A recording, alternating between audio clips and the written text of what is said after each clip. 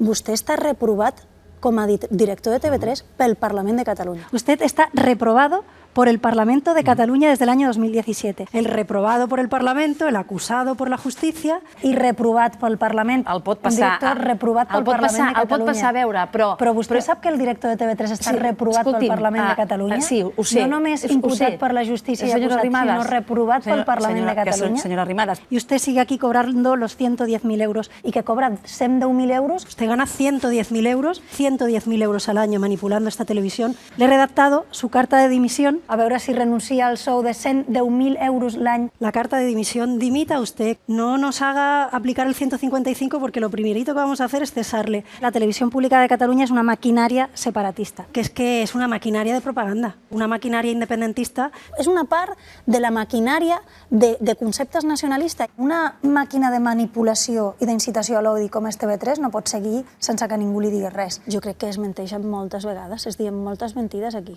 I s'informa d'una manera, evidentment, absolutament fora de la realitat. Perquè aquí a TV3 se segueix manipulant cada dia. Aquí es cremen constitucions de la Constitució espanyola. Aquí se ha llamado putos perros de mierda a los Mossos d'Esquadra.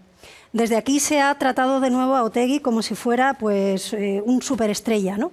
Se justifica la violencia. Parlar d'exiliats o de presos polítics a TV3 cada dia és donar la raó o representar només a la gent a la que representa Junqueras. És que a TV3 es diu cada dia que estan a l'exili, i això no és cert. Que a TV3, per exemple, no es faci propaganda separatista cada dia com es fa, amb un discurs absolutament favorable a l'independentisme. Sempre, sempre, sempre utilitzen qualsevol cosa per intentar assumir aquest discurs de l'independentisme. Fora absolutament del que és la imparcialitat. TV3 está lleno de estos plásticos amarillos. Esto lo acabo de quitar yo de la barandilla de la entrada.